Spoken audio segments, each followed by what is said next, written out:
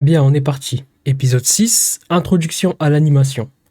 Donc dans cette vidéo-là, on va introduire toutes les bases de l'animation et on illustrera tout ça en reproduisant cette petite animation.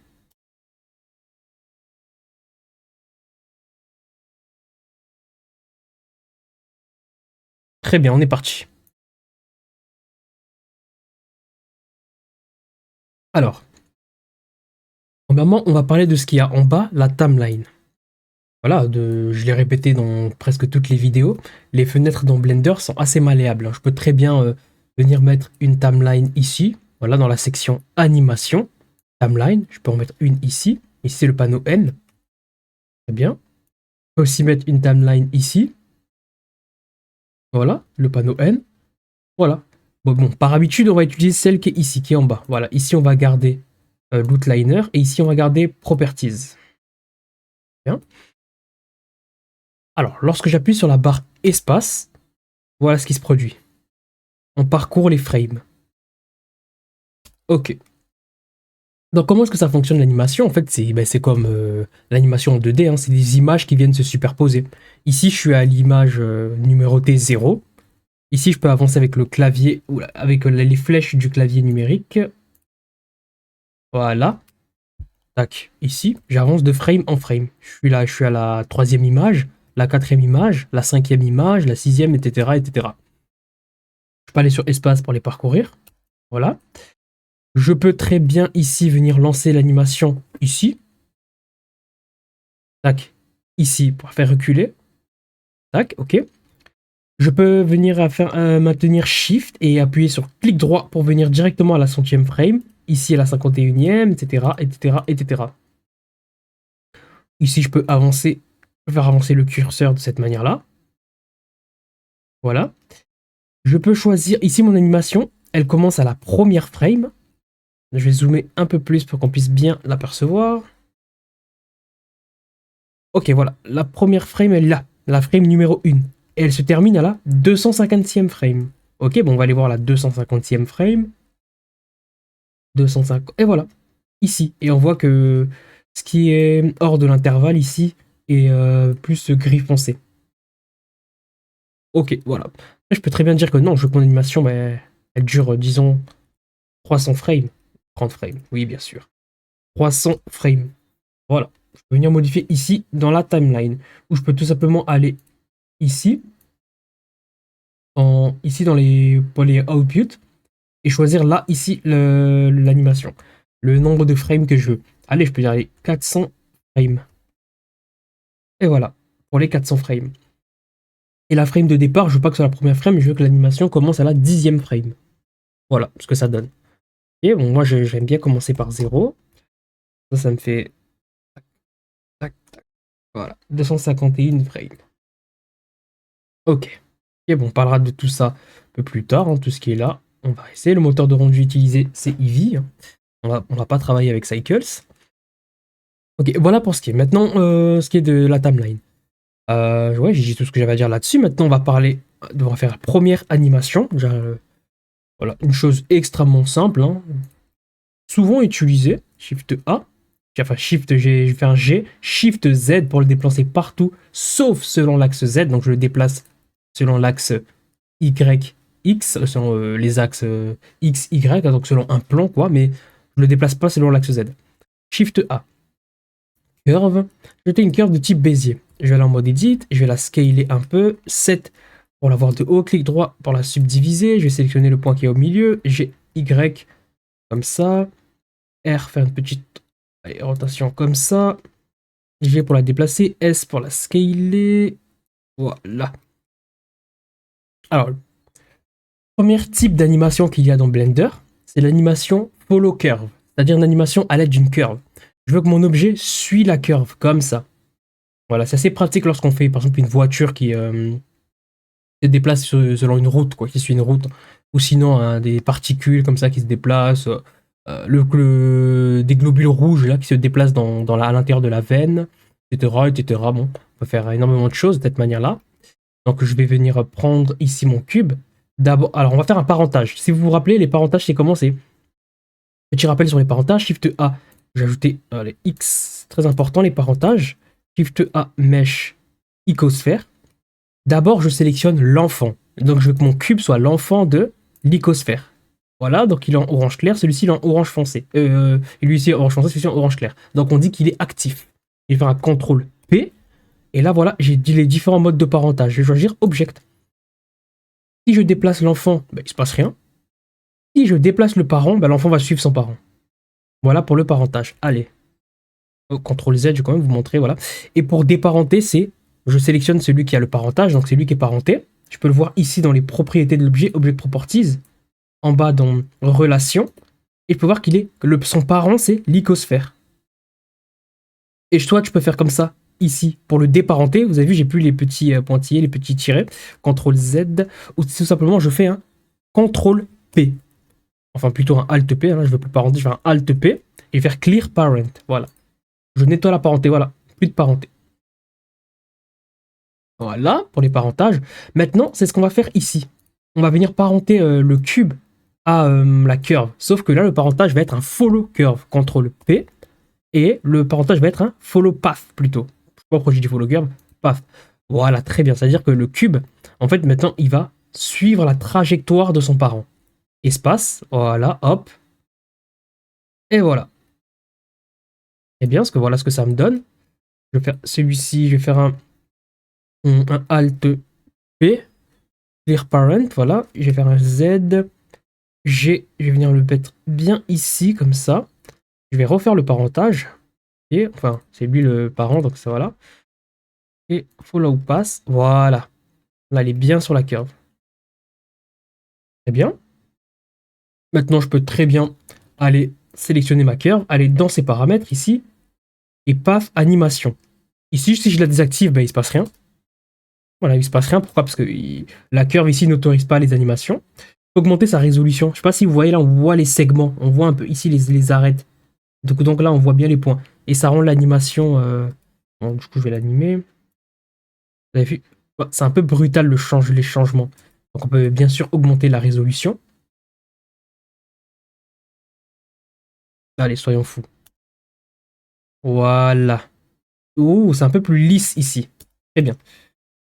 Et on remet le paramètre par défaut. Je vais être dans les paramètres ici. Et ici, la frame.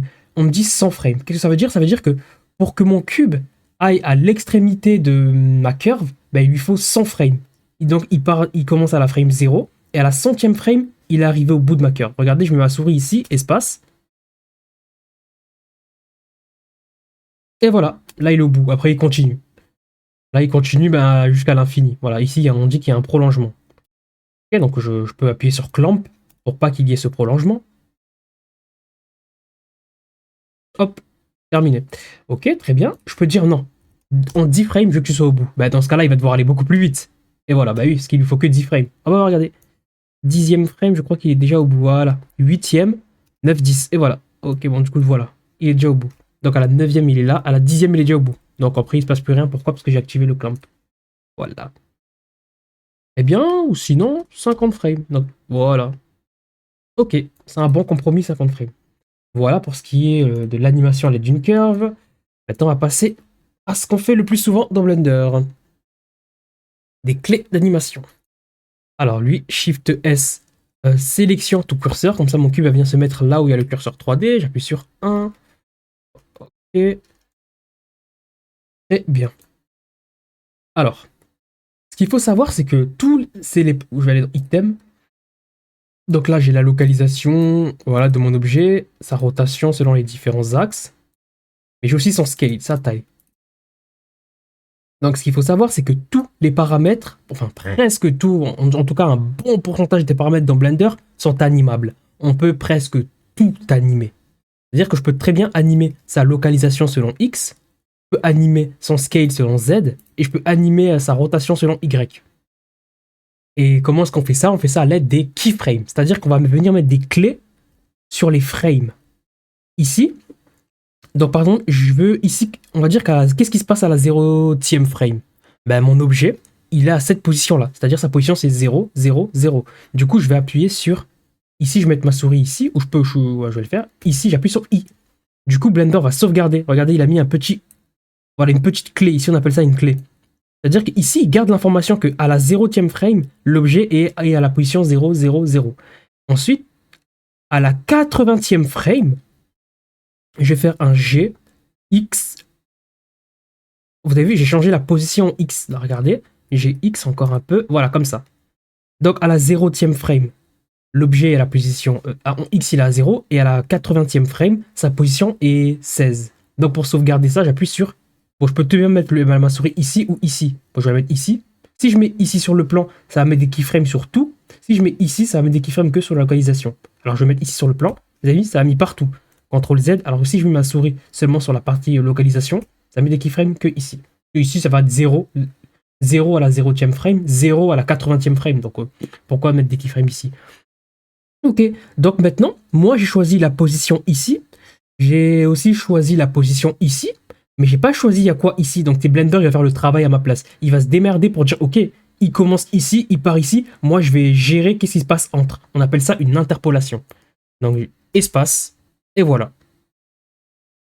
Donc, Blender, bah... Voilà, étant un logiciel intelligent, il a calculé les positions. Il s'est dit que, ok, logiquement, s'il part de là à là, je vais devoir faire ça.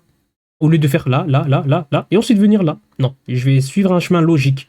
Voilà ce qui est le plus logique. Après, je peux choisir justement cette interpolation. Comment est-ce qu'il se déplace ici? Ok, donc on y va. A pour tout sélectionner. X pour tout supprimer. Delete. Ok, je peux mettre ok, I. Mais vous avez vu, j'ai mis ma souris sur ma scène, donc ça a mis des keyframes partout. Allez, à la 20e frame. Qu'est-ce qui se passe à la 20e frame? J'ai Z, j'ai changé la position Z. Et R, X. Et je change aussi la rotation X. Et je mets sur I. Voilà. Ensuite, qu'est-ce qui se passe à la 60e frame? À la 60... Hop là. 60e frame. G, R, R. J'appuie 2 fois sur R pour faire une rotation selon ma vue. Et je mets une keyframe. Ensuite, qu'est-ce qui se passera à la 120e frame?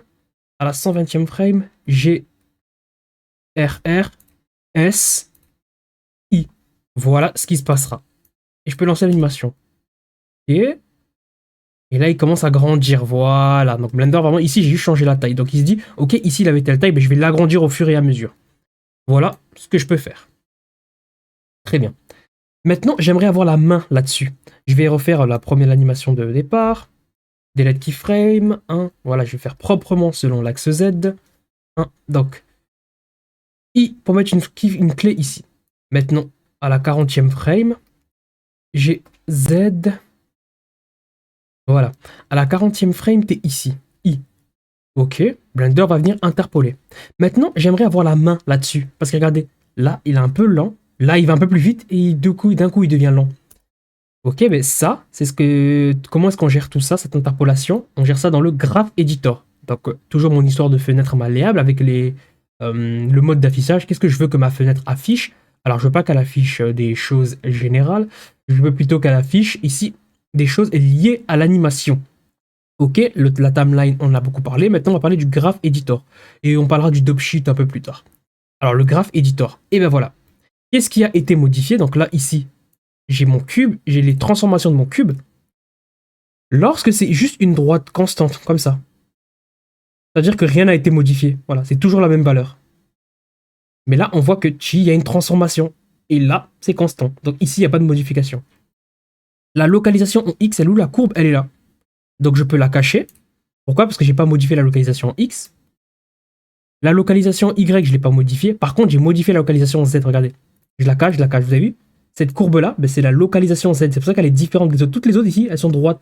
Comme ça. Mais celle-ci, parce qu'elle modifie. Regardez, là, l'objet, il monte. Et là, ici, il atteint. Et ensuite, ça devient une droite. Comme les autres. Pourquoi? Parce qu'il ne se passe plus rien. Vous avez vu? Comme les autres. Ici, la rotation selon X n'a pas été modifiée. Donc, c'est aussi une droite constante. Donc, je vais tout cacher comme ça. Donc, c'est cette courbe-là qui va m'intéresser. Comme ça, je vais pouvoir gérer l'interpolation. Alors, ici, je vois les valeurs. Regardez là. Ici, il y a 0. Donc, ça veut dire que ici, comme c'est la courbe qui m'affiche la localisation Z, c'est-à-dire que la localisation en Z est à 0. Donc 0, ok. Ensuite, là, je vais ici, bam, je suis là et je regarde, tac, tac, tac, tac, tac, la localisation Z est à 15, quelque chose, ouais. À 15, peut-être pile, non. Oui, 15 et des poussières, donc N. Oh, 16 carrément, ok.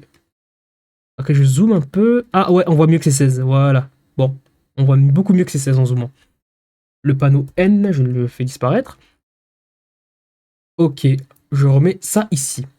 Vous avez vu que là, ici, c'est un peu lent, et d'un coup, ça croît. Et là, c'est un peu lent. Bon, c'est ce que je vous ai dit tout à l'heure, c'est que Blender, il se démerde en fait. Vous choisissez le point de départ, le point d'arrivée, et Blender, il se démerde pour gérer ce qu'il y a entre. Mais on peut aider Blender à gérer ce qu'il y a entre, en étant plus précis. Je veux dire que oui, mais non, là, je veux pas coder ce mode d'accélération là.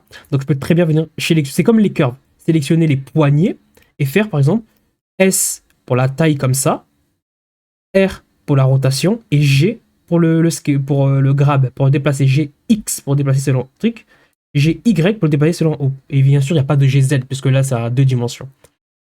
Ok, comme ça. C'est-à-dire que là, l'objet, il va aller lentement. D'un coup, il va aller vite. Il va dépasser. Le maximum, ça va être quoi? Le maximum, c'est la bosse qui est ici. Donc, le maximum va être. Ok, ouais, un peu plus de 16. Après, il va descendre pour atteindre 15. Ok, bon, on vérifie que ça donne espace. Tout ça, c'est pour gérer la localisation Z. Tac, ok, et il descend. Voilà, vous avez vu? Tchac, il est monté en haut et il est descendu. Il est monté en haut et il descend légèrement. Là, il descend légèrement. Ok, bah je peux continuer à m'entraîner. Bon, vraiment, mettez en pause la vidéo, entraînez-vous, c'est comme ça que ça va rentrer. Et si vous me regardez faire et que vous faisiez à côté juste pour vous convaincre, ça va partir. Il faut vraiment mettre en pause, tester des choses, essayer de faire des petites animations, des choses comme ça, et c'est comme ça que ça finira par rentrer. Et ben moi, je continue à illustrer. S. Ok. S. Voilà. Là, il part de. Ok, il part de 0. Ensuite, il va descendre jusqu'à. Moins, je vais zoomer. Tac, ok, jusqu'à environ moins 5 et des poussières. C'est-à-dire que là, il va être en bas ici. Ensuite, chic, il va remonter jusqu'à. Oui, 16, on va dire, pour descendre jusqu'à 15.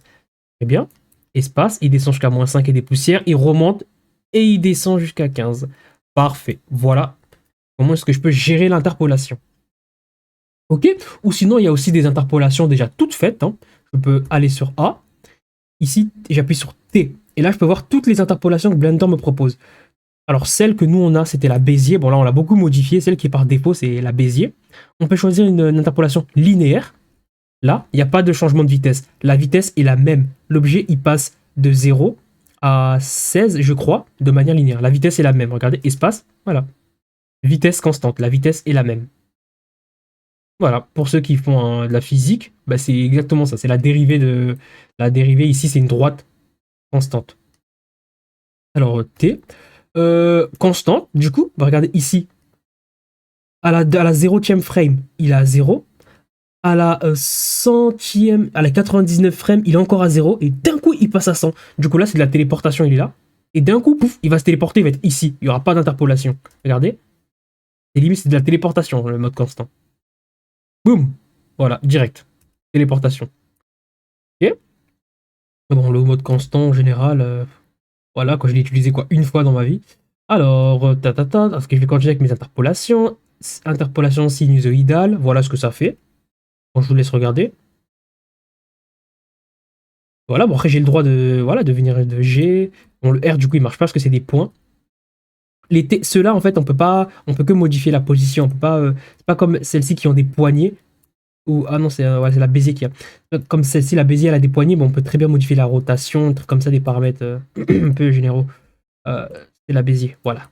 Là, je peux gérer la rotation, etc. La Bézier elle est très très très très malléable.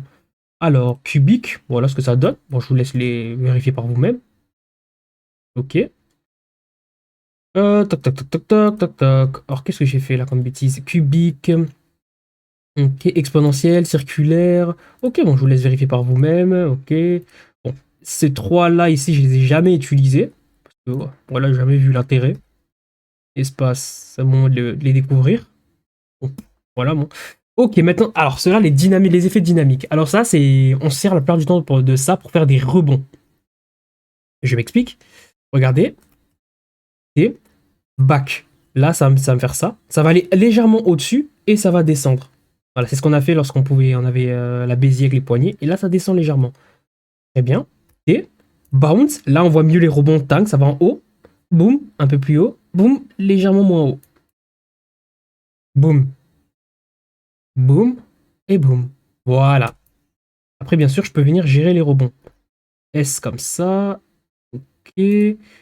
G pour déplacer, comme ça. Voilà. Et S, SX. Voilà. Pour les rendre ou les rapprocher comme ça on les verra plus.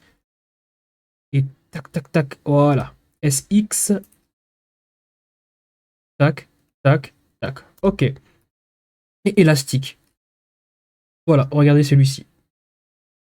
Tac, tac, tac, tac, tac, tac, tac, tac. Je sais pas si vous le voyez. Je vais appuyer sur la touche point. Voilà, comme ça je vois mieux les animations de mon cube.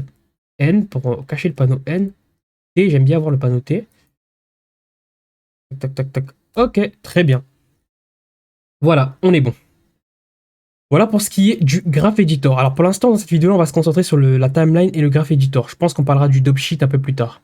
Et le non-linéaire, ça, on l'utilisera lors d'un projet, lorsqu'on fera un vrai projet, parce que je préfère le présenter dans un projet concret. Alors, ok. Donc toutes ces animations-là, bien sûr, on peut les stocker. Hein. Mais c'est ça, on verra tout ça lorsqu'on parlera de celui-ci. C'est quelque chose, c'est un outil extrêmement puissant. Hein. Vraiment, ça permet de gagner tellement de temps. Alors, je vais maintenant parler des modifieurs. Petit rappel, alors, des modifieurs. Ici, rappelez-vous, ici, j'ai des modifieurs, des choses qui me permettent de changer la forme de l'objet sans changer sa topologie. Exemple, générer subdivision de surface. Là, j'ai subdivisé l'objet. Mais lorsque je vais en mode edit pour voir à quoi ressemble réellement l'objet, pour rentrer dans son intimité, ben, je vois que c'est toujours un cube. Donc j'ai changé la forme, mais j'ai pas changé la topologie. Regardez. Vous voyez, je peux pas sélectionner les faces qui sont là. Là, tac, tac, tac. Vous avez vu, mais je peux pas. Ça, voilà, donc vraiment, ça a juste changé la forme de l'objet. Mais par contre, si j'applique le modifieur, là, ça va réellement changer sa forme et sa topologie. CTRL A. Et voilà, là, j'ai vraiment ces faces-là. Là, je peux les sélectionner. Voilà pour les modifieurs, ce que ça fait. Allez, tu sautes. Alors, c'est pareil pour les graphes editors. Pour les animations, ils ont aussi leurs modifieurs à eux. Je vais faire un T, je vais remettre. Bon, X delete, ou même pas, CTRL Z. Je vais faire un timeline. Ici, A pour tout sélectionner, X delete. Voilà, comme ça. 1. Donc, j'ai Z comme ça. Voilà. Maintenant, je vais faire une nouvelle animation. Cette fois-ci, selon un plan. Donc, je vais faire un ici. I, c'est-à-dire qu'à la 0e frame, bah, t'es ici. Ensuite, à la 40e frame, j'ai Shift Z pour le déplacer partout, sauf selon l'axe Z. Je veux que tu sois ici. Et je mets une clé ici. Comme ça, Blender va venir interpoler. Voilà. Ok, j'ai passé au Graph Editor. Ah, voilà, là, j'ai deux courbes, vous avez vu. J'ai une courbe qui me permet de gérer la localisation en X. Pourquoi? Parce que ça change selon X. Et une courbe qui me permet de gérer la localisation selon Y. Parce que ça change selon Y. Pour que mon cube se trouve ici. Voilà. Espace. Voilà, selon X et selon Y. Voilà, donc j'ai deux courbes. Localisation X, localisation Y. Et le reste, bah, c'est des courbes constantes. C'est juste des droits. Donc je vais les cacher. Comme ça. Et voilà. Ok, très bien. Je vais choisir la localisation selon Y. Je vais activer le panneau N. Et là, vous avez vu, j'ai modifieur. Comme ici, ce panneau, j'ai add modifieur, bah ici aussi, j'ai add modifieur. Alors, le modifieur ici que j'aime bien, alors je ne vais pas toutes les présenter, mais je vais, disons, un par un. Voilà, une poignée, ceux que j'utilise les plus, hein, ceux les plus utilisés. Donc, built-in function. Alors, voilà, ça permet en fait de créer des oscillations. Vous avez vu, en Y, ça oscille. Là. L'axe Y, elle est là. Donc, ça oscille selon l'axe Y. Quand j'enlève et que je mets des oscillations selon l'axe X, ça oscille comme ça. Ah non, plutôt comme ça. Tac, tac, tac, tac, selon l'axe X. Ou peut-être tac, tac, tac, tac, comme non, c'est plutôt comme ça. Voilà. Là, selon Y, c'est comme si ça longeait l'axe Y. Selon l'axe X, ça va donc longer l'axe X. Et excusez-moi, en même temps d'expliquer et de faire, c'est. Alors. Ok, donc je sélectionne X maintenant. Built in fonction. Voilà.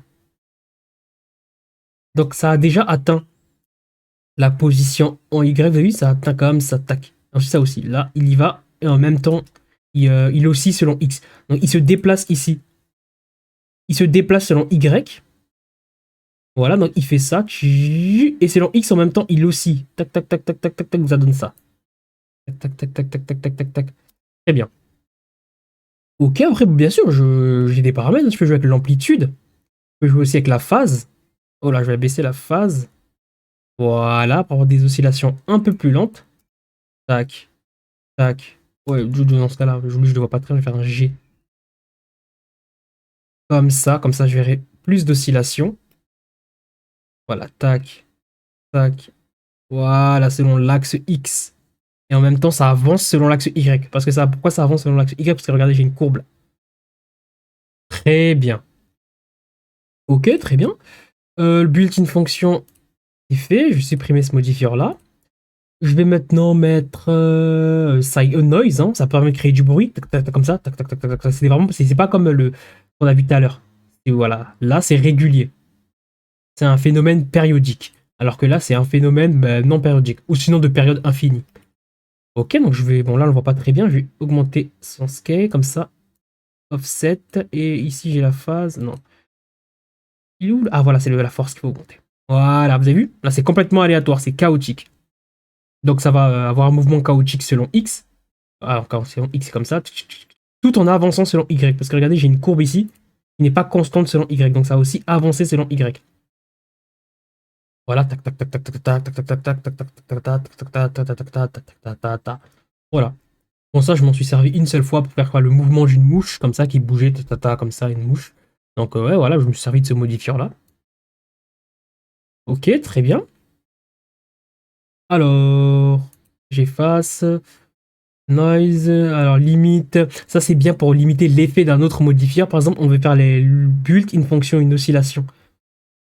Bon, allez, je vais en parler. Je vais je vais mettre un built-in fonction. Hop, allez, j'augmente l'amplitude. Ok, non, c'est. Il est où le. Ah, bah voilà. Vraiment là. Ok, je vais mettre comme ça et je vais baisser. Ok, maintenant ici, oscillation. Bam, ici, je veux que ça arrête d'osciller. Ben là, je dois mettre le modifieur limite. Voilà, ça me permet de limiter. Alors, c'est selon X. Très bien. Et là, vous avez vu, ok, comme ça, je peux venir jouer avec les paramètres. Et là, le maximum en X, tac, tac, tac, tac. Ok, et je voulais que ça s'arrête ici. Bon, allez, on va dire que je voulais quoi acheter quelque chose comme ça. Et après, là, bah, ça va être constante. Rappelez-vous, lorsqu'une droite, elle est constante, comme ça, voilà, lorsqu'elle est parallèle, si vous voulez, à l'axe des abscisses, bah, ou horizontale, bah, là, on dit qu'il n'y a pas de transformation. Voilà, là, ça aussi, ça aussi. Et en même temps, ça avance selon l'axe Y, parce que j'ai une courbe selon l'axe Y. Et là, d'un coup, c'est constant. Donc ça va continuer d'avancer selon Y, mais selon X, il se passe plus rien. Voilà. Voilà le modifieur limits. Très bien, je peux l'enlever, dans ce cas-là, ça va se répéter infiniment. Je peux aussi mettre un noise, ensuite un limits en bas, etc. etc., etc. Ok, donc bon, on parlera de l'enveloppe plus tard. Ok, voilà pour ça. Pour le graph editor, l'interpolation, les modifieurs. Ok, donc maintenant, je vais vous parler maintenant des shape keys. Une autre manière de faire de l'animation. Alors déjà, on a vu quoi? On a vu l'animation à l'aide d'une curve. Shift A, petit bilan, j'ai une curve et je peux parenter mon cube à ma curve à l'aide d'un parentage follow path. Follow path, je sais pas comment ça se prononce. On lui Shift et je fais un CTRL P et follow path. Très bien. Ou sinon, je peux venir mettre des clés, dire que mon cube est ici.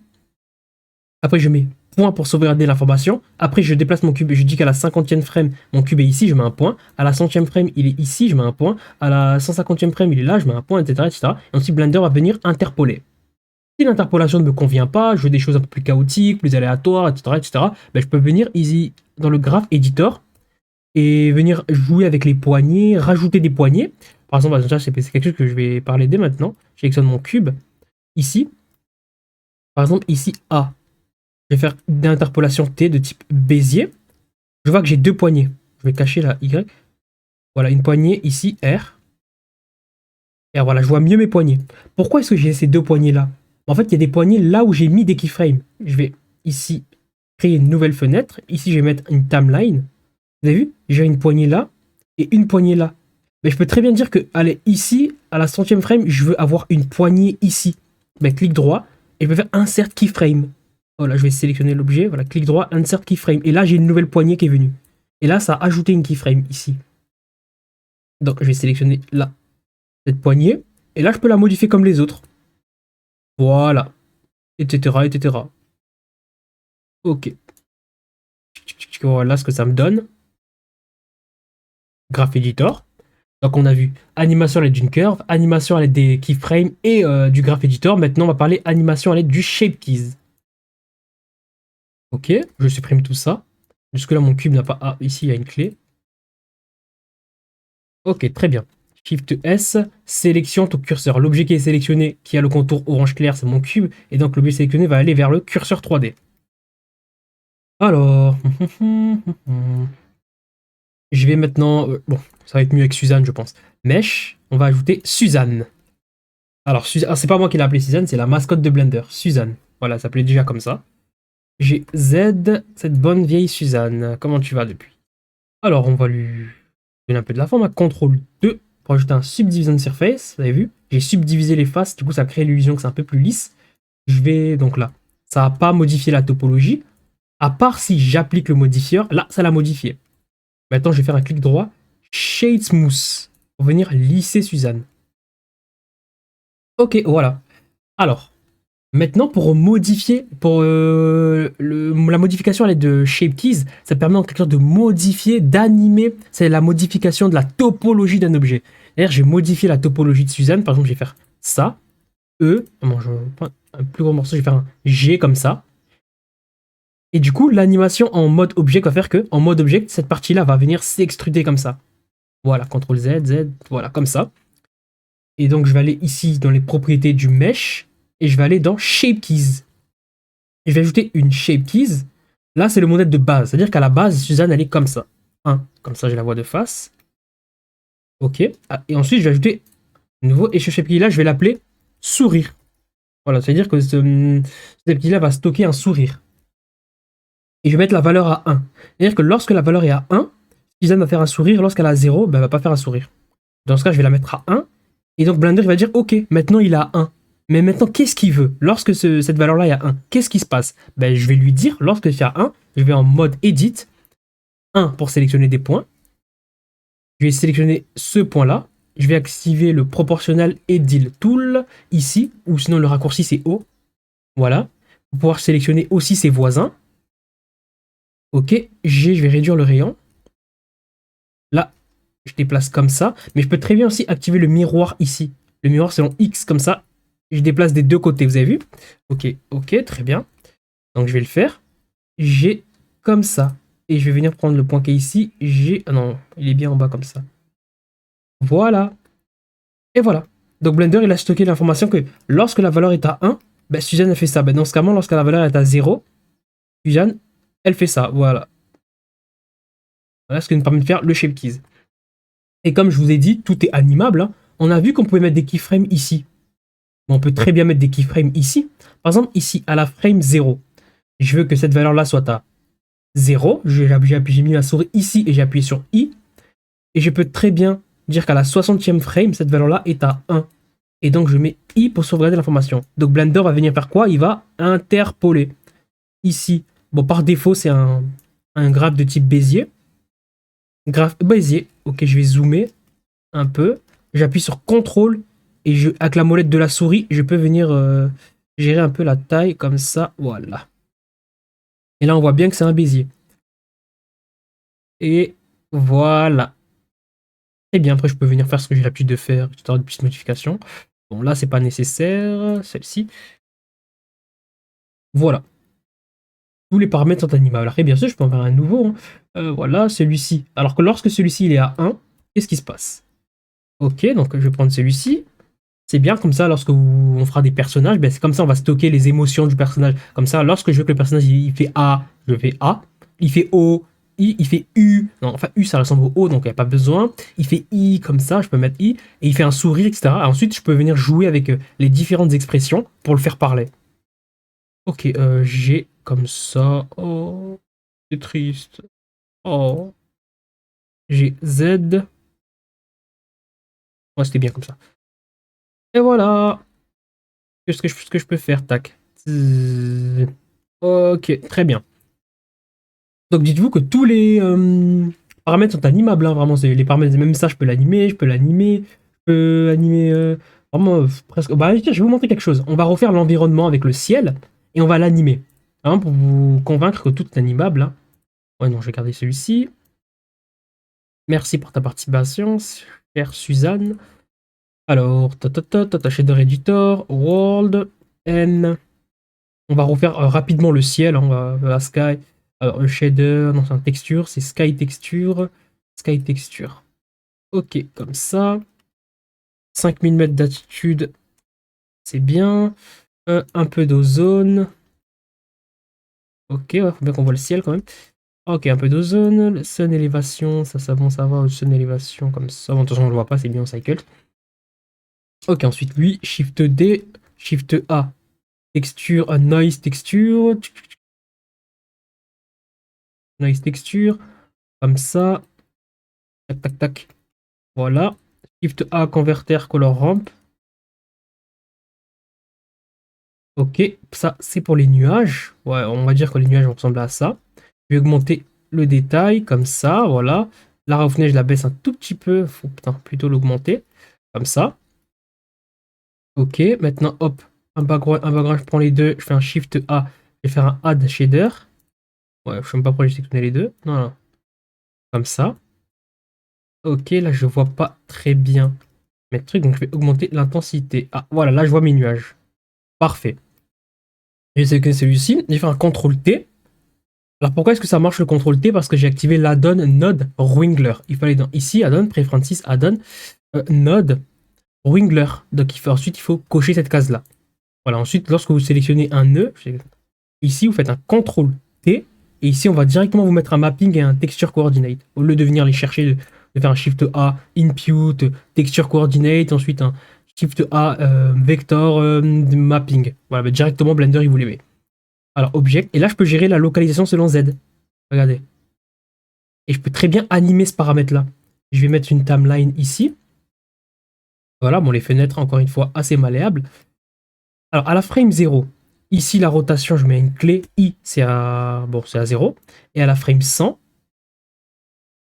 101, allez, c'est à, ici, 37,6 degrés. I, et voilà, Blender va venir maintenant interpoler. Alors, je vois pas les clés, pourquoi? Parce que on voit seulement les clés de l'objet qui est sélectionné. Là, c'est le texture coordinate qui a le contour blanc. Donc, c'est lui qui est sélectionné. Mais là, c'est sur le mapping que j'ai mis les clés. Donc, je sélectionne le mapping, et voilà, je vois les clés. I, et voilà. On voit l'animation du ciel. Vraiment, tout est animable.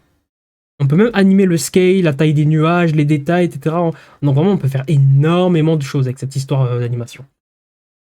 Très bien, alors avant de passer à l'animation finale, je vais vous parler des contraintes, hein, ça aide pour les animations.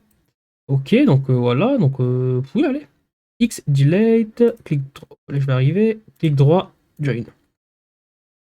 Très bien. Bon, bah, je vais garder ce ciel. Bon, bah, je vais garder ce ciel aussi pour l'animation finale, celle que je vous ai présentée au début de la vidéo. Alors, maintenant, je vais vous parler des contraintes. Alors, Shift A. Voilà, notre bonne vieille Suzanne qu'on aime tous, j'ai Z. Ok. CTRL 2, clic droit, Shade Smooth. Point. Ok, elle est belle. Ok, Shift A, Mesh, UV Sphère. RR, comme ça. Clic droit, Shade Smooth. Très bien. Alors, ici, nous, on a parlé dans la première vidéo, ici, de l'Object Properties. Voilà, les propriétés de l'objet. Voilà, ici, bon, on a parlé un peu des parentages, etc. De transformation. Ici, c'est ce qu'il y a ici, c'est le panneau N. On a parlé dans la seconde des modifieurs. Ok. On a parlé dans la troisième, ici, de cet onglet-là, des textures. On a parlé aussi de l'environnement. Maintenant, on va s'intéresser ici à ce qu'il y a ici, les contraintes. Voilà, on va contraindre les objets à faire certaines choses. Par exemple, je ne vais pas tout présenter parce que sinon ça va être éternel, mais on découvrira les contraintes au fur et à mesure. Ici, j'ai la contrainte copie location. Bon, en français, copie localisation. C'est-à-dire que Suzanne, je lui ai mis la contrainte de copier la localisation. Ok, très bien, mais la localisation de qui? Qui est la cible? Ben, ça va être la sphère. Donc Suzanne va copier la localisation de la sphère. Et je peux jouer avec l'influence ici, voilà. Donc là, c'est pas un parentage, mais c'est une contrainte. C'est pour ça que les petits tirés là sont bleus. Alors que le parentage, si j'avais fait un parentage, CTRL P, ben, ça aurait été noir. Donc je vais faire celui-ci, je peux le déplacer, ben, Suzanne va être contrainte à suivre l'objet. Comme ça. Et je peux très bien l'animer. Hein. I ici, hop, G et I comme ça. Et because of la contrainte, voilà ce que ça me donne. L'objet se déplace et Suzanne, elle la suit. Ok, donc voilà, c'est bien. Ensuite, ici, bon, Suzanne, je te libère. Très bien. J'ai baissé l'influence. Si ça avait été 1, bah, elle allait limite être superposée avec l'objet. Ok, je peux choisir dans quel axe elle suit l'objet. Je peux aussi mettre une contrainte sur la rotation. Copie rotation. Et même paramètre aussi avec l'influence. Copie scale, pour copier la taille de l'objet. Limite rotation, limite scale, en fait limite location. Ça c'est pratique et ça aide beaucoup lorsqu'on fait par exemple des articulations et qu'on ne veut pas que ça dépasse un certain angle. Par exemple, Suzanne va faire une rotation. J'ai limite rotation, c'est-à-dire sa rotation selon l'axe RZ, sa rotation selon l'axe Z, et je vais la limiter. Donc je vais ici, elle peut aller de 0 à... attends, c'est quoi? Oui, non, j'ai mis location. Moi, c'est une contrainte limite rotation. Ah bah voilà, là c'est en degrés. Et je vais limiter selon l'axe Z, elle peut aller de 0 à 60 degrés. RZ, et voilà. Et je peux pas dépasser 60 degrés. Lentement, et boum, je suis coincé. Boum, je suis coincé. Voilà, parce que parfois dans la vraie vie, il y a, bah, par exemple, lorsqu'on fait des robots, ouais, je me suis déjà servi de ça lorsqu'on j'avais fait un robot. Bah, le robot, il pouvait pas, par exemple, il tournait ses articulations, mais ses articulations, ainsi l'angle que formaient ses articulations avec les axes ne devait pas dépasser un certain angle. Sinon, ça allait faire quelque chose de bizarre au rendu. Donc, bah, ces contraintes-là permettent d'aider pour limiter la rotation, limiter aussi la scale, la taille. On ne pourra pas scaler l'objet infiniment. Et la localisation. Ok. Maintain le volume. Ça, on parlera de ça lorsqu'on fera le rig, etc. Ok, bon, je vais pas tout présenter. Je vais présenter le track tout. Ensuite, je présenterai le transform, celui qu'on va utiliser pour l'animation finale, justement. Alors, track tout. Non, non, je suis bête. Pourquoi je l'ai supprimé? Il était bien. C'est-à-dire que l'objet, il va pas arrêter de pointer quelqu'un. Je vais prendre Suzanne. Je vais l'ajouter une contrainte. Elle va être contrainte à traquer. À traquer qui? Traquer la sphère. Et voilà. Donc maintenant, Suzanne, elle va pas lâcher la sphère d'une semelle. Vous avez vu, je déplace la sphère, mais Suzanne, elle la lâche pas. Après, je peux venir choisir l'angle. Ici, Z. Et voilà, comme ça. Vous avez vu, là, elle a que faire de la regarder. Voilà. Comme ça, je peux faire très bien une animation. À la 0e frame, t'es ici. Et à la 40e frame, t'es là. Voilà ce que ça permet de faire. Et donc voilà. X, je supprime. Suzanne, t'es libérée de la contrainte. Et je peux très bien faire ça aussi avec la caméra.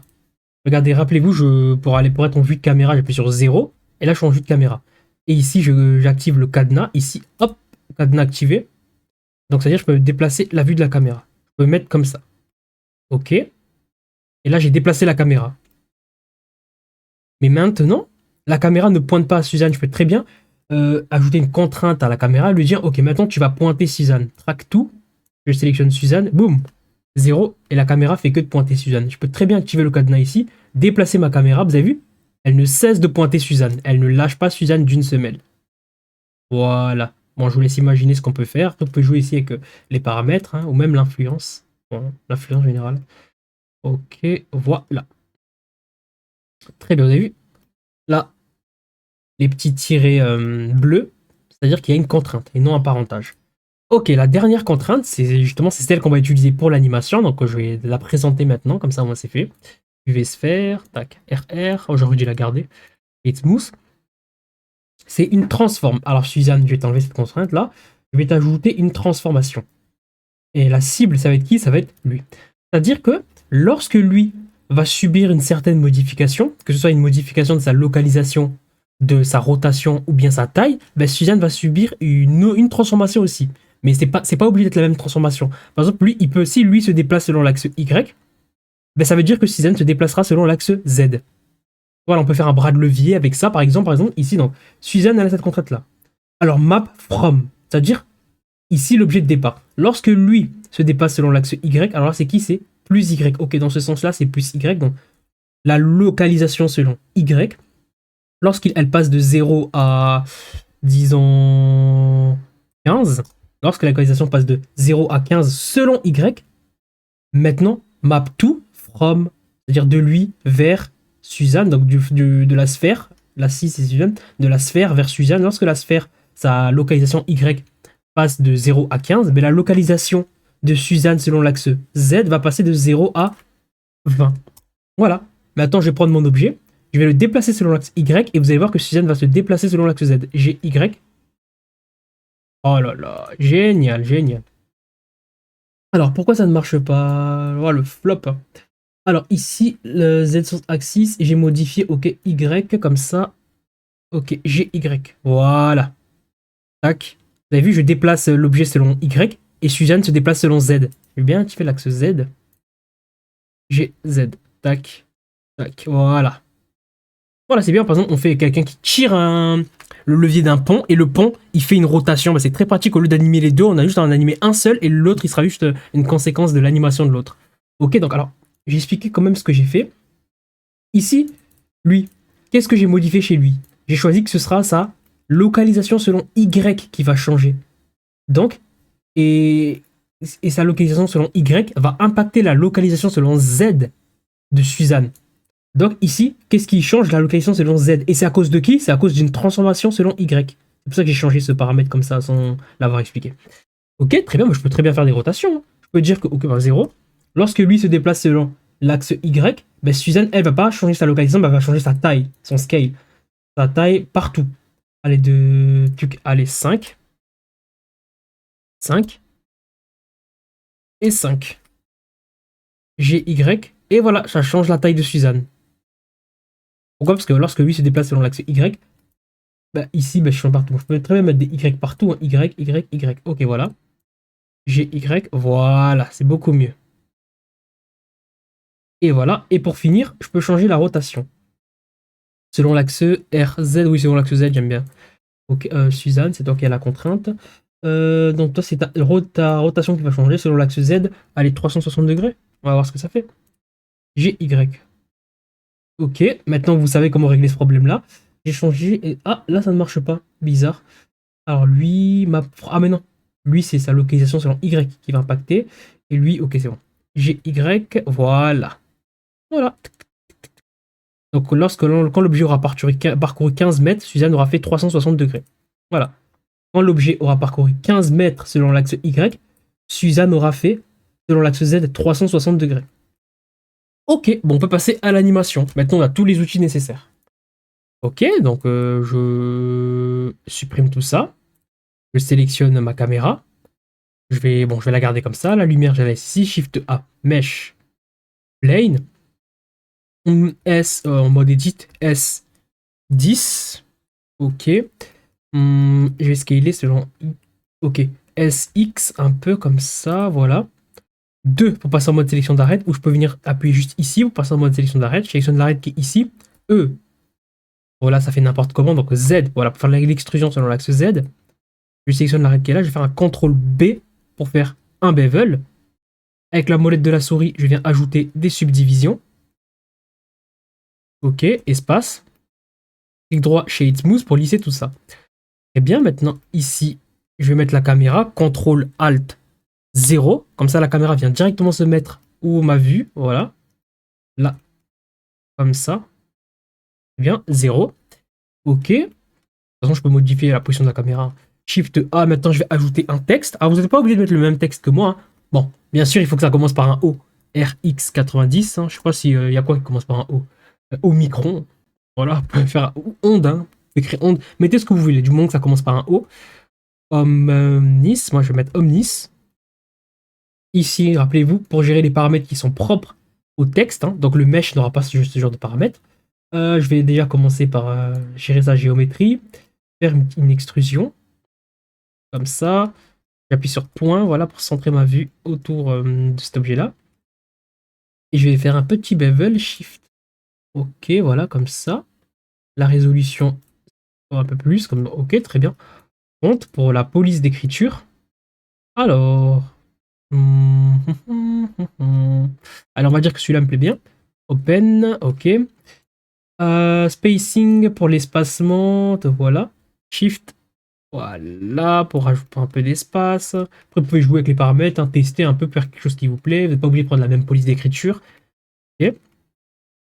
Ok, très bien. Ok, ça me va. Maintenant, là, c'est un texte. Quand je vais en mode edit, ben voilà la seule modification que j'ai. Je vais convertir tout ça en mesh. Clic droit, convert tout, mesh. Maintenant, c'est un mesh. Ouf, topologie catastrophique. Ça, le problème des textes, c'est que ça a toujours une topologie catastrophique. Une fois qu'on les transforme en mesh, donc c'est pas grave. Je vais ajouter un modifieur de type... un modifieur de type subdivision surface, non, remesh, voilà, generated remesh. Ok. Remesh pour remesh, le mesh maillage, remesh donc pour révisionner le mesh, le maillage. Si vous voulez, c'est de la retopo. Tac tac tac tac tac tac tac. Alors, faut pas que j'abuse non plus pour éviter de faire. Faut pas que je fasse crash Blender. Bon, alors disons que ça c'est bon, parce que je suis arrêté de filmer en même temps d'enregistrer, je sais pas si ça. Ok, donc CTRL A. Ah voilà, j'ai une meilleure topologie, vous avez vu? Là j'ai des carrés. Généralement on préfère avoir des carrés, des quads. Voilà, on fera notre maximum pour avoir des quads, pas des triangles. Ok, ben là j'ai une topologie qui me plaît très bien. Alors là, c'est un seul et même objet. Vous avez vu? Je le sélectionne, c'est tout qui devient orange clair. Lorsque je vais en mode, mais c'est un objet constitué de plusieurs morceaux, donc je peux aller en mode objet. Si je mets ma souris quelque part, par exemple, je mets ma souris ici et j'appuie sur L, ça va sélectionner seulement ce morceau-là. Alt A pour tout sélectionner. L, ça va sélectionner seulement ce morceau-là. Ben moi, ce qui m'intéresse, vous en doutez, c'est le O. Donc je vais mettre ma souris sur le O, j'appuie sur L. Et je vais faire un P pour le séparer. Et je vais séparer la sélection, l'objet qui a été sélectionné. Et voilà, notre il est sélectionné. Vous avez vu, je sélectionne lui, je sélectionne lui. C'est deux objets à part entière. Eh bien, je sélectionne lui, je vais aller ici. Bon, ok. Bon, j'ai déjà l'environnement, du coup, j'espère que vous l'avez fait aussi, en même temps que moi. L'environnement, ici, je l'ai déjà. Je vais maintenant sélectionner... Ah, j'aurais dû faire ça après, je suis débile. Bon, c'est pas grave. Bon, c'est pas grave, je sélectionne celui-ci. Bon, moi, je vais vous montrer quelque chose. Alors, pourquoi il a déjà... Ah oui, ça, c'est l'environnement. Donc, ici, World, je vais dans Object. Et New, je l'ajoute un nouveau matériau. Donc, je peux aller ici, je vois qu'il y a un matériel qui s'est créé. Après, je peux le renommer. Hein. Je vais le renommer N pour noir. Et ici, je vais donc le mettre la couleur noire. Ok, bon, c'est pas vraiment noir parce que la scène est éclairée, c'est pour ça. Donc, si par exemple, je vais dans World et que je diminue ici, ici, là, vous avez vu que ça devient de plus en plus noir. Voilà, c'est le background, c'est l'émission en fait de la scène. Ok, donc très bien. J'en étais à où moi? Ah, j'étais Object. Ok, je vais baisser un peu la roughness. Hein. Bon, non, c'est pas une vidéo sur les matériaux, je vais faire quelque chose de simple. Ok. Oui, allez, je vais me contenter de ça. Je sélectionne celui-ci. Non, je sélectionne d'abord lui, et lui en dernier. Comme ça, je vais faire un CTRL L et Link Material. Donc le matériel que je viens de créer, ben, lui, il va le transmettre à celui qui a été sélectionné en premier. Voilà. Ok. Bon, là, on voit un peu les artefacts. Bon, ça, c'est à cause du remesh. On aurait dû rajouter plus de détails, mais ça demande beaucoup plus de ressources. Donc, clic droit, Shade Smooth. Bon, au moins, ça crée l'illusion. 1. Ok, j'ai Z Shift. Comme ça. Ok. Ok, ça me va. Je vais sélectionner la lampe. Je vais sélectionner d'abord le plan déjà. New, je vais le mettre aussi en matériau. 0, vide caméra. Ah, je vais maintenant mettre le cadenas et déplacer ma caméra convenablement. Comme ça, très bien. Maintenant, là, c'est mon plan qui est sélectionné. Donc là, ce matériel, c'est pour le plan. Plan. Voilà, je l'ai renommé. Plan. Ici, un bleu comme ça. Très bien. Maintenant, je sors de ma vue de caméra. Je vais sélectionner ma lumière. G, je vais la déplacer pour l'avenir. Voilà. Et je vais la mettre derrière comme ça. Tac. 0. Ok. Ouais, bon, on voit pas vraiment le Alt A. On voit pas vraiment la couleur noire. Donc, je vais mettre un peu d'émission. De l'émission noire. Comme ça, je vais augmenter l'intensité. C'est bizarre, ça. Ah, je commence à l'apercevoir, mais c'est pas puissant. Ouais, bon, c'est pas puissant. Dommage. Ok, bon, ça va demander trop de ressources. C'est bizarre, hein, c'est pas puissant l'émission. Ok, ben voilà. Ici, ici, alors scène world, light world. Ok, parfait. Ok, je peux passer maintenant aux donuts. Qu'est-ce que ça me donne? 0. Ok, ça ressemble à ça. Ok, donc attendez, je vais baisser la roughness. Ok, très bien. Ah bah oui, c'est vrai, l'émission noire. L'émission noire, c'est compliqué. Ben voilà, regardez. Là, on voit bien les couleurs. Donc en fait, émettre du noir, c'est compliqué. Bon, c'est dommage, c'est dommage, c'est dommage. Alors, bon, je verrai ça plus tard. Pas grave. Alors, qu'est-ce que je vais faire? Le diffuse, peut-être que je peux le mettre ici 0,5 pour laisser la lumière passer. Pas de chip surf, hein, ça va créer une illusion. Cauchy, ok, bon, c'est bon. Ok, j'ai passé aux donuts. Ok, donc Shift A. Ici, mon curseur, où est-ce qu'il est mon curseur? Ah bah oui, il faut que je sélectionne ici. Ok, donc le donut va apparaître ici. Donc lorsqu'on modélise, en fait, on se pose la question. Ok, qui est le mesh de base qui ressemble le plus à la forme de mon objet? Shift A, mesh. Ah, ici, c'est le Thor. Restore, bah oui. Quand j'ajoute un objet dans Blender, immédiatement il y a un paramètre en bas qui vient s'ajouter. Ça me permet de gérer l'apparition de l'objet. 48 pour 12. Essayons 12 pour 12. Ouais, je pourrais subdiviser 12 pour 12. Je pourrais subdiviser tout ça. Ensuite, je vais venir jouer avec ce paramètre-là, le baisser un peu. Ok.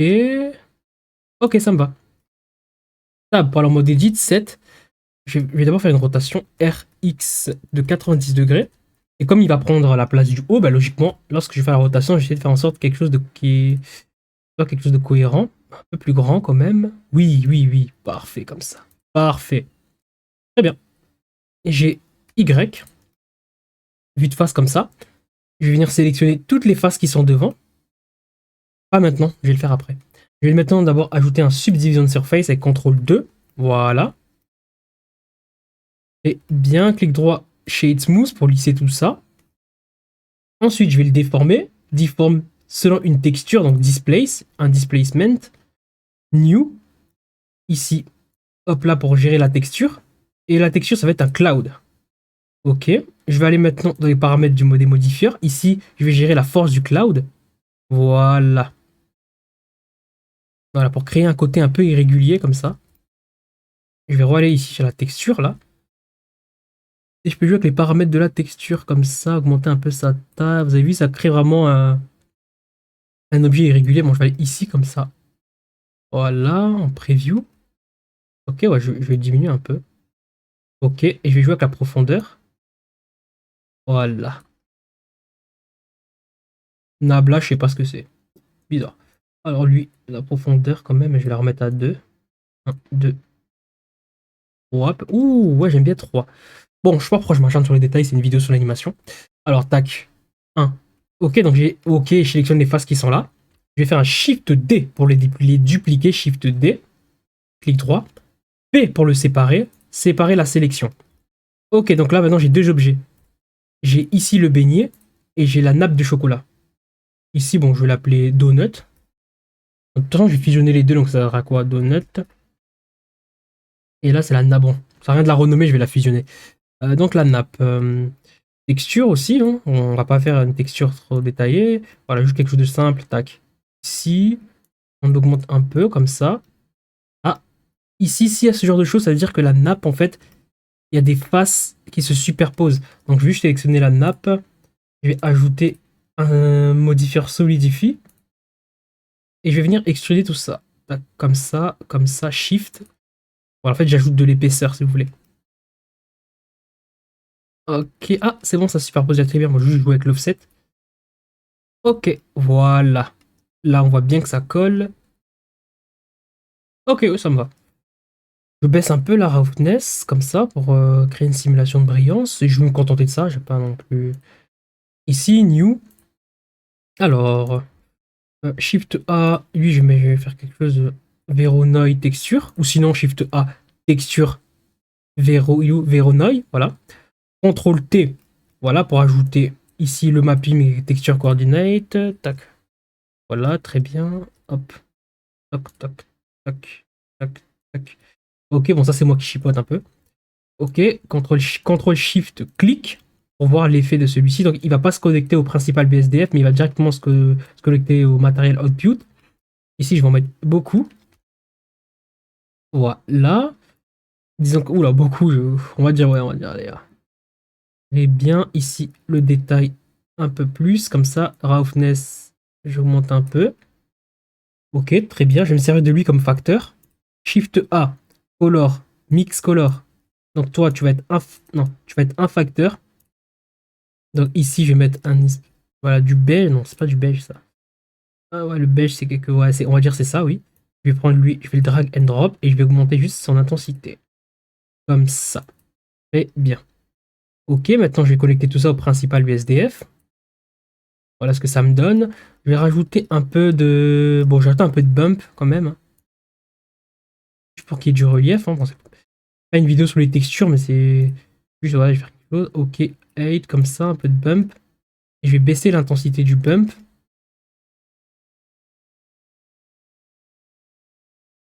Ok. Ok, un peu de subsurf, comme ça. Je le mets à 1. Le rouge, je vais le mettre à, allez, 5, juste pour tester. Je vais venir prendre ici, en output. Oh, wow, wow, wow, wow, wow, wow. Bizarre, bizarre, bizarre. Ok, je vais reprendre la nappe de chocolat. Oh, je vais devoir encore augmenter ici. J'aime pas qu'on voit ces reliefs-là. Comme ça.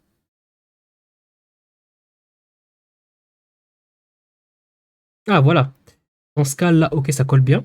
Bon, j'aurais pu mettre plus de subdivision lorsque j'ai créé le tort, lorsqu'il y avait les paramètres là. Bon, ça, est-ce que je les verrai, ces trucs-là? C'est bizarre, ça, on les voit pas, les artefacts. Ah, on voit c'est juste dans ma vue. Alors, toi, j'ai... Est-ce que je vois... Ah, voilà, je vois mon subsurf. Parfait,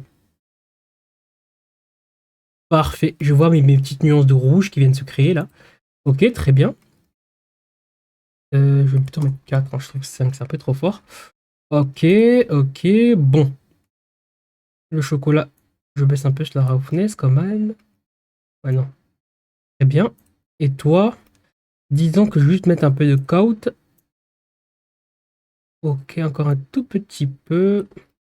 Ouais, non, faut pas non plus que ça ressemble trop. Shift, juste un tout petit peu. Vraiment pour créer l'illusion. Ok.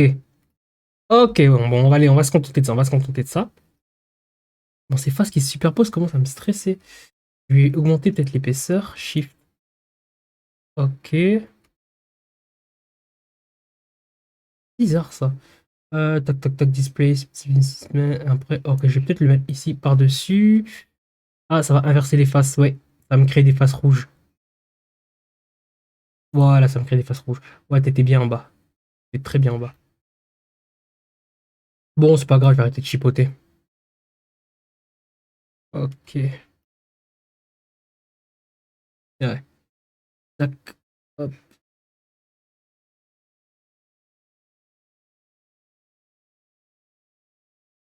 Ok, ça me va. Je vais passer en mode preview. 0. Je sélectionne l'objet. Ah, mais dans ce cas, je vais maintenant les fusionner. Je sélectionne la nappe de chocolat. Je sélectionne en dernier le donut. Je fais. D'abord, j'applique les modifiers. Je fais pas la connerie. CTRL A, CTRL A, CTRL A. Lui, CTRL A, CTRL A. Maintenant, je sélectionne lui en premier. Shift lui en dernier. CTRL J pour fusionner les deux. Très bien. Je vais maintenant faire un clic droit, cette origine to géométrie. Comme ça, l'origine de l'objet est bien au centre de l'objet. Shift, allez, Shift A. Non, plutôt un Shift S. Shift S. Sélection. Non, curseur to selected. Comme ça, le curseur va aller se mettre, se positionner là où est positionné l'objet sélectionné. Et faire, dans ce cas, lorsque je vais ajouter un objet, l'objet va apparaître là où il y a le curseur 3D. Donc Shift A. Je vais ajouter un empty. Et je vais ajouter une sphère. Voilà, empty. C'est des objets vides, quoi. On dit, ils ont même pas d'edit mode. Voilà, donc en soi, on peut dire qu'ils ont pas de topologie. Comme ça, et voilà. Ça va m'aider pour l'animation. Donc je vais faire un parentage. D'abord l'enfant, Shift, ensuite le parent. CTRL P, contrôle parental, Object. Dans ce cas, je sélectionne l'enfant, il se passe rien, mais je sélectionne le parent, il se passe tout. Voilà, et c'est pas le donut que je vais animer, mais c'est le parent. Et l'enfant, il va juste suivre le parent. RZ 180. J'ai flop. RZ 180. Voilà. Non, c'était non, non. Non, c'était très bien comme ça. Ok. RZ 80 degrés. Ah, voilà. 0. Maintenant, G, je vais le déplacer partout. Shift Z, sauf selon l'axe Z. Je vais venir le mettre ici. Pas noter, tu sautes. On est parti. On met notre timeline. Alors, voilà ce qu'on verra. Ici, tout ce qui est ici, bon, je peux aller dans la caméra, le paramètre de la caméra. Je vais aller dans caméra. Alors, où est-ce qu'il est déjà ce paramètre-là? Un paramètre que j'aime bien. Viewport display, voilà. Ici, passe partout. Je peux l'augmenter. Comme ça va noircir ce que je verrai pas. Vous avez vu? Voilà. Donc, lorsque par exemple je ferai l'animation et que je l'exporterai dans mon disque dur, bah, c'est ce que je verrai, c'est ce qui est dans le rectangle. Donc, je verrai pas ici le donut qui est ici. Voilà, le passe partout. Voilà, pratique. Euh, ok, j'enlève ça. Ok, je suis pas envie de caméra. Je vais maintenant repasser en ce mode-là. Je vais sélectionner le parent de mon donut. Je trouve que c'est un peu clair le chocolat. C'est en train de me détester. Je sais que je chipote. Ah, c'est trop tard, je peux plus le changer de toute façon. Voilà. Bon, on va passer à l'animation, allez. 0. Alors, à la 0e frame, lui, là, l'empty, on les voit pas dans les rendus, regardez, on les voit pas. Donc, il sera, ici, j'ai mis une frame pour dire qu'il sera à 0. Il est à 0. Voilà, j'ai mis une clé. Et disons à la 40e frame, de toute façon, après, je peux changer à la fin. J'ai Shift Z, il sera ici. Voilà, Shift pour aller lentement, je maintiens Shift pour aller lentement. Je sors de la vue de la caméra. Ok, j'ai Shift Z.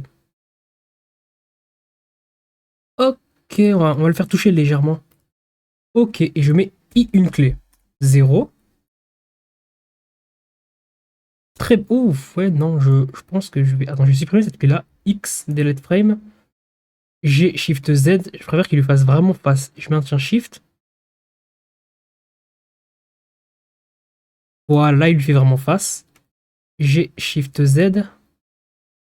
Même juste un GY en vrai. 0. Parfait. I. Très bien. Maintenant, on aimerait bien faire rouler le donut sur lui-même. Alors, on va ajouter maintenant une contrainte. Je sélectionne mon beignet. Et je vais aller l'ajouter une contrainte. Et je vais ajouter une contrainte transform. Pourquoi? Parce que ici, j'ai animé qui? J'ai animé l'empty. C'est-à-dire que lorsque l'empty va faire une translation, mais lui, il va faire une rotation. Voilà, c'est pour ça que je voulais présenter celui-ci à tout prix. Donc, ok, bah lui, bah la cible, ça va être qui la cible? Ça va être l'empty. Et l'empty, il fait une translation selon l'axe Y. Donc, il se déplace ici selon l'axe X, mais c'est plus la translation selon l'axe Y qui va nous intéresser. Donc, c'est selon plus Y. Hein. Là, c'est moins Y. Si on avait fait l'animation dans ce sens-là, ben, ça aurait été selon moins Y. Regardez les axes, vous avez vu? Là, c'est moins Y, là, c'est plus Y. Ok. Alors, donc, il se déplace de combien?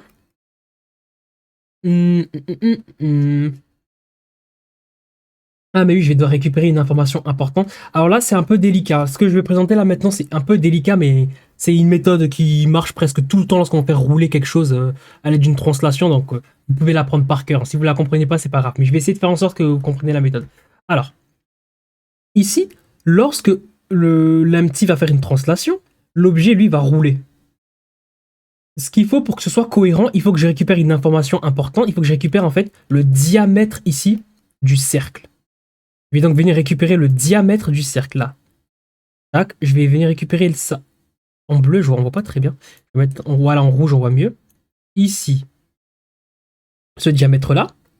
Ici, et comme ça, j'aurai quoi? Si je récupère le diamètre, j'aurai la circonférence. La circonférence, c'est. Oh.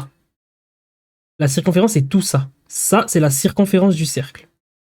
Donc ici, hop là. Bon, désolé pour ceux qui sont allergiques aux maths. Hein. Là, ici, c'est la circonférence. Je note C. Là, c'est le diamètre. Là, ici, cette longueur-là, c'est le diamètre. Et la circonférence, elle est égale à quoi la circonférence? Elle est égale à pi fois le diamètre. Pi, c'est 3,1415. Alors pourquoi est-ce que je fais tout ça? C'est parce que, regarde, la circonférence, c'est cette longueur-là. C'est vraiment si je coupe le donut, je le déplie, ben, cette longueur-là, ben, ça correspond à la circonférence. C'est-à-dire que lorsque le cube aura parcouru la circonférence, disons que par exemple tout ça là, disons que c'est, bon, j'exagère, allez, 1 mètre. Disons que c'est 1 mètre. C'est-à-dire que lorsque l'objet a parcouru 1 mètre, ben, la rotation aura été de 360 degrés. 1 mètre parcouru, la circonférence est parcourue, rotation 360 degrés. Circonférence parcourue, rotation 360 degrés. Circonférence parcourue, rotation 360 degrés, etc., etc., etc. Donc maintenant, je vais donc récupérer ici la circonférence. Ici, donc, la circonférence... pourquoi je peux plus écrire? Ah, voyez, bien sûr. Voilà, ici. Hop, la circonférence comme ça. J'ai tracé selon qui? Selon l'axe Y, comme ça. Voilà, donc j'ai tracé selon l'axe Y, là. Ok, donc, je vais venir chercher les dimensions de l'objet, pas dans le scale, mais dans ses dimensions.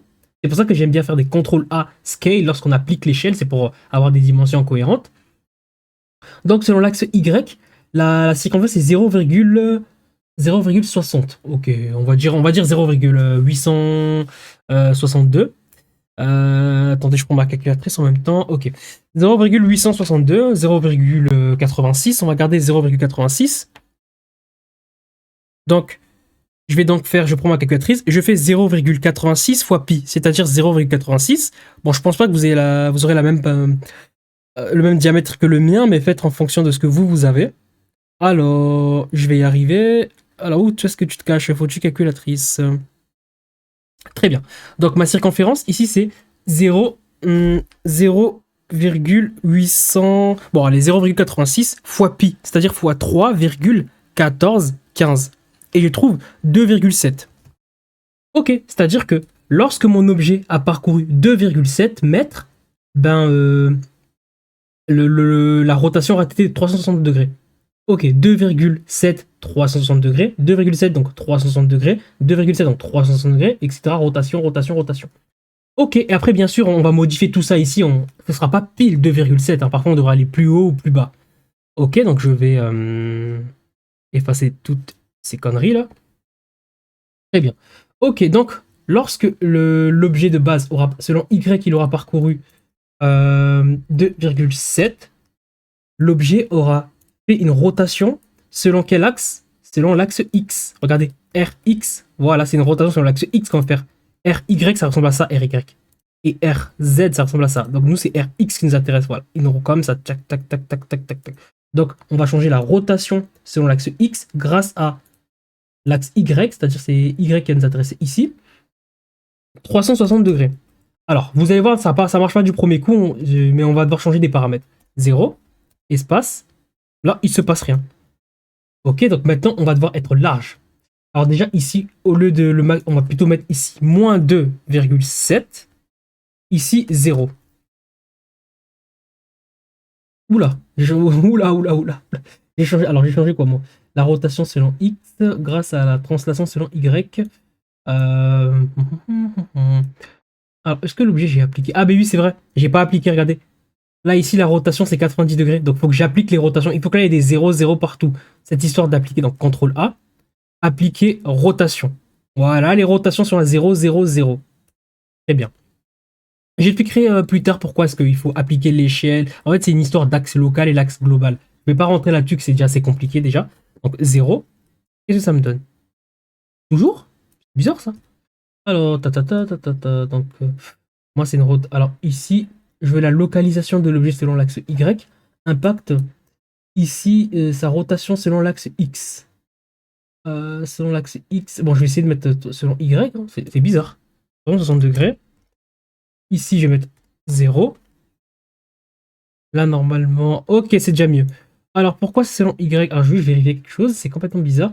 Viewport display. Axe. Voilà. C'est qu'en fait, mes axes sont pas bien orientés. Parce qu'en fait, ici, il y a l'axe global. Bon, je vais parler de ça, je comptais pas en parler. Vous avez vu, il y a l'axe X de la scène, l'axe Y de la scène et l'axe Z de la scène. Voilà. Mais chaque objet a aussi leur axe. Par exemple, ici, mon haut. Il a aussi ses axes à lui. Regardez, je vais aller viewport display, je vais afficher ses axes. Vous voyez, son axe Y, il est ici. Il est en haut. C'est-à-dire que son axe Y, c'est l'axe X de notre scène. Et son axe Z, c'est l'axe Y de notre scène. Et donc, son axe X qui est ici, c'est l'axe X. Ok. Et confondu. Donc lui, son axe X au beignet, c'est l'axe Y de notre scène. L'axe Z du beignet, bah, ok, c'est le même axe Z, mais l'axe Y, c'est celui-ci. Vous avez vu? L'axe Y n'est pas le même que l'axe Y de notre scène. Donc en fait, ici, la transformation, bon, je ne comptais pas parler de ça, je sais que c'est compliqué, mais bon, comme il y a l'erreur, je suis obligé d'expliquer pourquoi ça ne marche pas. Donc ici, c'est parce que moi, j'ai choisi de faire la transformation selon le world space, selon notre monde à nous. Mais je peux très bien choisir local space, c'est-à-dire pendant l'espace local, donc le repère de l'objet. Mais je vais pas le faire, ça va être trop compliqué. Je ferai ça en contrat des TP avancés. Donc je vais rester ici en Y. Dans ce cas-là, il va tourner selon l'axe Y. Regardez, l'axe Y il est là, regarde, RX. Vous avez vu, il tourne selon l'axe X global, mais il tourne selon l'axe Y local. Voilà, l'axe qui bouge pas, c'est-à-dire qu'il tourne autour de cet axe-là. Donc c'est dans l'espace c'est X, mais localement pour le beignet c'est Y, c'est son Y à lui. Voilà, c'est pour ça qu'il fallait faire selon Y.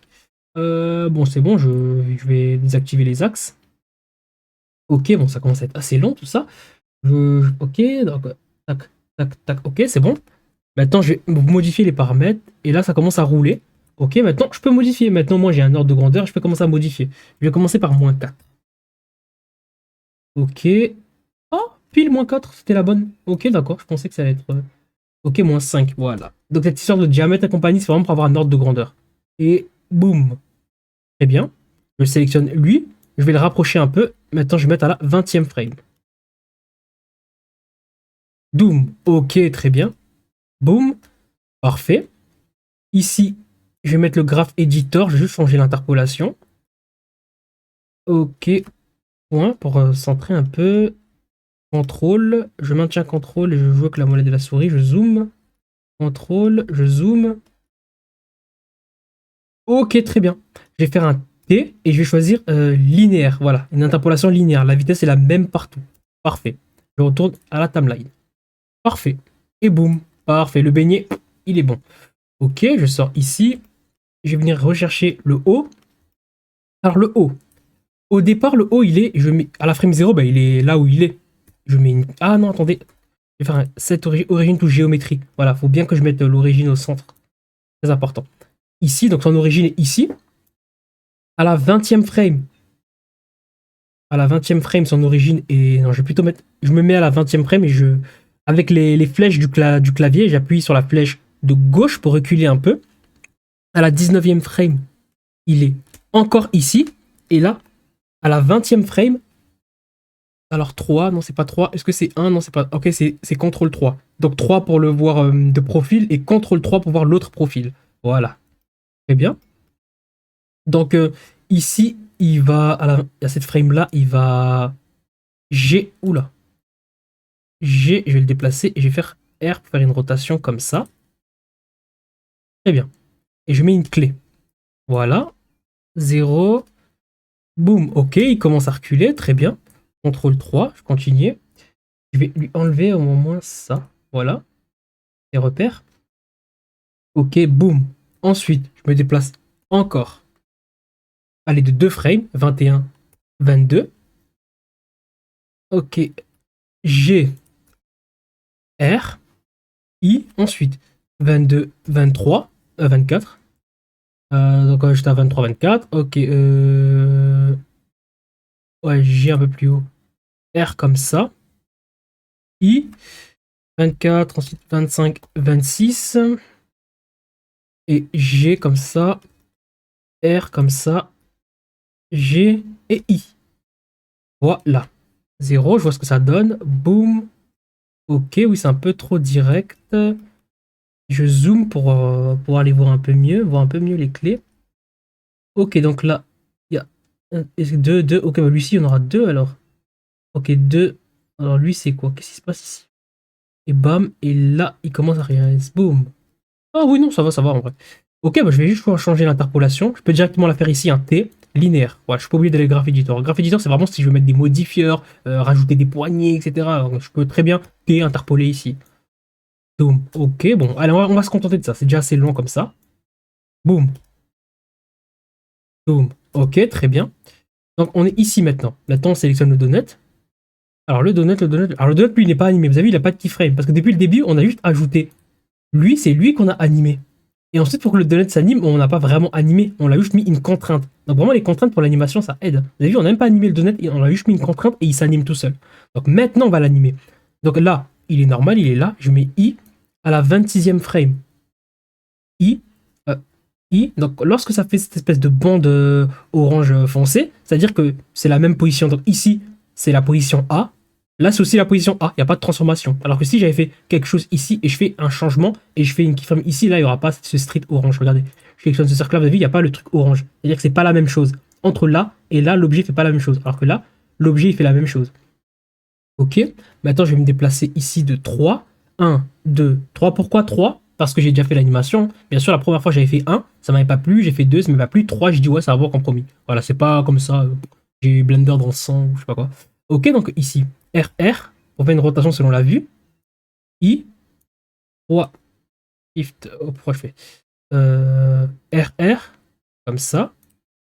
I, 3, RR, I, et 3, RR, I. Alors, qu'est-ce que ça me donne? J'enlève ça. Boum. Ouh, c'est trop rapide, c'est beaucoup trop rapide. Entre là, là et là, non. Tac, tac, tac, non, c'est trop rapide. Au lieu de mettre, alors... Ah bah oui, qu'est-ce que j'ai dit 3, mais en fait c'était un écart de 3. Donc ici, 1, 2, 3, 1, 2, 3, donc toi t'es là. 1, 2, 3, donc toi t'es là. Ok, c'est un écart de 3, tac, tac, tac. Ouais, c'est encore un peu trop rapide. Hum, Bon, je vais contempler, je vais mettre un écart de 4, etc. De face que j'appelle. Après, on peut modifier bien sûr la vitesse de l'animation, mais je vais pas rentrer là-dessus, on fera ça plus tard. C'est déjà assez complexe. 1, 2, 3, je suis déjà saoulé que l'histoire de circonférence et compagnie, je préfère 1, 2. Ah, mais lui, il est même pas 3, lui. 1, 2, 3, 4. 1, 2, 3, 4. 1, 2, 3. Pardon, je suis en train de faire n'importe 1, 2, 3, 4, voilà. 1, 2, 3, 4. 1, 2, 3, 4. Ok, déjà. Très bien. Ok. Pendant Shift-clic, Shift comme ça. Ok, très bien. Alors, je vais passer ici. Boom. Ok, très bien. Je vais maintenant gérer la lumière. Elle est ici parce qu'elle éclaire un peu trop l'objet. J'ai Shift Z pour la déplacer partout selon l'axe Z. 0. J'ai Z, je vais la mettre en haut comme ça. 0. Ok, très bien. Shift, clic droit, Shift, clic droit. Ok. Je vais ici, je vais sélectionner. Ah non, je vais aller là. Tac, tac, tac. Ok, très bien. Donc, c'est à la 60, c'est à la... Ok. Donc, mon objet est fixe à la 60e frame. Ah non, c'est la 62e. La 62e frame, il est stable. Ok, très bien, je vais rester sur cette frame-là. Je vais sélectionner mon objet. Je vais faire un Shift S curseur to selected pour que le curseur vienne se mettre là où l'objet est sélectionné, donc en l'occurrence ici. Je vais faire un Shift A et je vais ajouter une lampe. Une lampe, une lampe, une lampe. Point. Et voilà. La lampe va venir éclairer l'intérieur de l'objet. Donc je vais ici aller dans les paramètres de la lampe et je peux très bien l'animer. Rappelez-vous, tout est animable. Donc c'est à la 62e frame que l'objet il soit éclairé. C'est-à-dire entre temps, c'est-à-dire de la 61e frame. Je veux que ici l'intensité soit à 0. Donc je vais mettre une clé. Et là, jusque de 0 aussi. Donc de 0 à 61, l'intensité est nulle. I. Attendez. Ah ouais, je mets ma souris là où je vais, sur le paramètre que je vais animer. Et j'appuie sur I. Voilà. J'ai la bande orange qui est apparue pour dire que l'information est la même. C'est-à-dire qu'ici, en l'occurrence, il s'agit de la puissance de la lumière, de la lampe. Donc voilà. La puissance est toujours à 0. Et bam. Là, 62e frame. Bon, allez. 63e frame, hein, pour être l'âge. On va aller jusqu'à... Allez, 20 watts. Et je mets une clé. Ok, on va regarder l'animation. Oh, très bien. Ok, ouais, c'est un peu G70 comme ça. Ok, parfait. Oh, on y est arrivé, on a appris énormément de choses. Donc évidemment, c'est pas en une fois que ça va rentrer. Voilà, là c'est juste la phase de découverte. Vous avez découvert c'est quoi l'animation. Ben maintenant il faut s'approprier tout ça. Donc il faut refaire. N'hésitez pas à refaire cette animation-là, refaire votre version, tester des choses, faites aussi des choses inédites, des choses que j'ai pas proposées, hein, avec tout ce qu'on a vu, les transformations, les copilotations, les graphes éditeurs, il y a de quoi faire. Ok, jusqu'à présent, moi je vous dis bon courage.